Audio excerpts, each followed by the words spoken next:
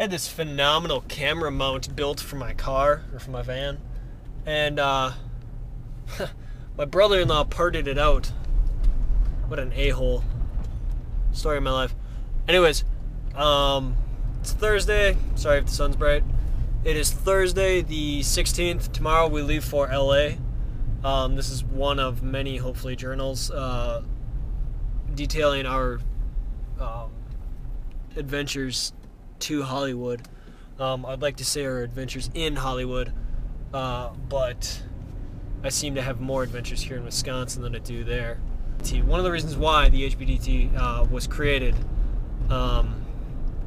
was because I love to watch movies. First and foremost, my addiction is film. Not making movies, not editing film or directing or writing or anything like that. I love to watch movies. Kind of shitty childhood, and my escape was to go to the movies. It was a 2-hour vacation. Nobody would bother me. I got to be transported to a comedy or an adventure or a drama.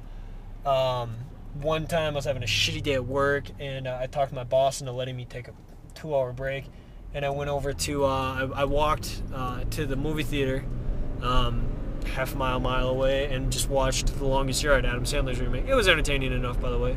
I enjoyed it, but we and when I say we, Stuart and I,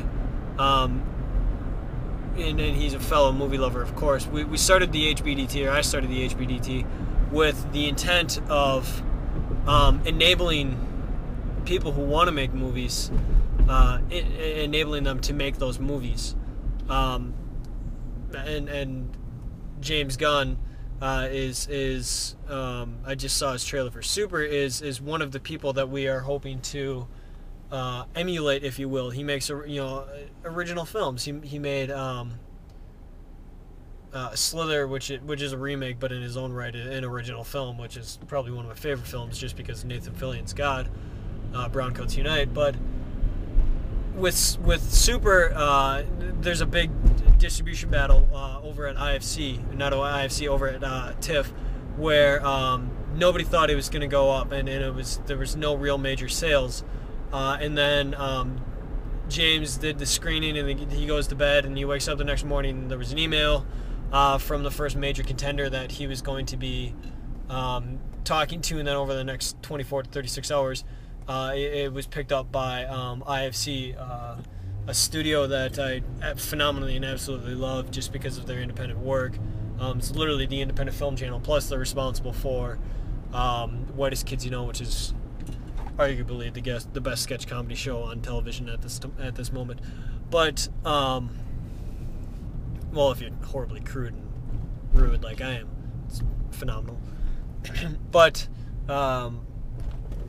IFC picked up Super, and what I want to do is I want to be IFC and James Gunn and all those roles rolled into one. I want to be to the point in Hollywood where somebody can come to me with a script and say, this is my idea for a film, and I want to shoot a movie about a zombie or a werewolf.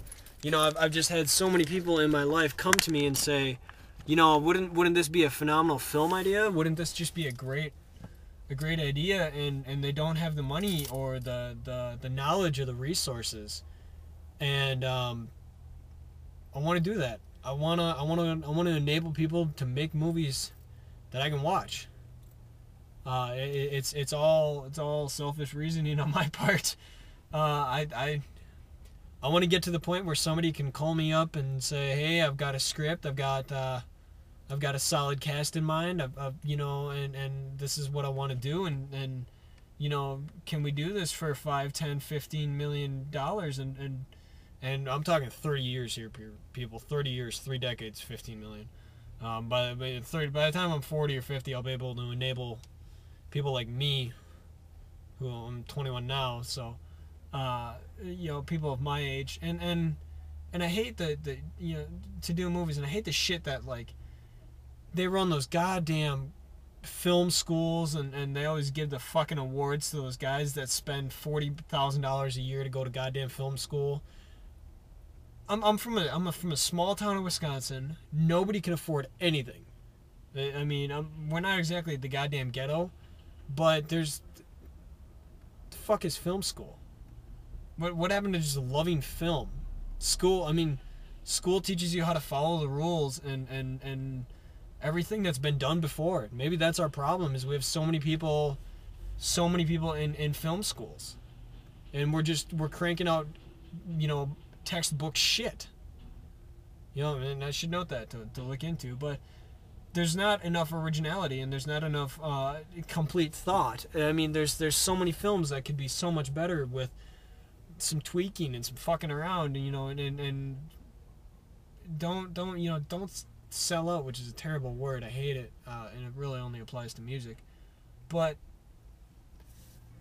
Neil Gaiman doesn't fuck around. He does his own shit, and he does it the way he wants, and that's very inspiring for us. That's another rebel with a cause, I guess. I mean, see anybody else that interacts with their fans on his level, or see, getting back to going back to James Gunn and to bridge the gap to Neil Gaiman, we have, interaction.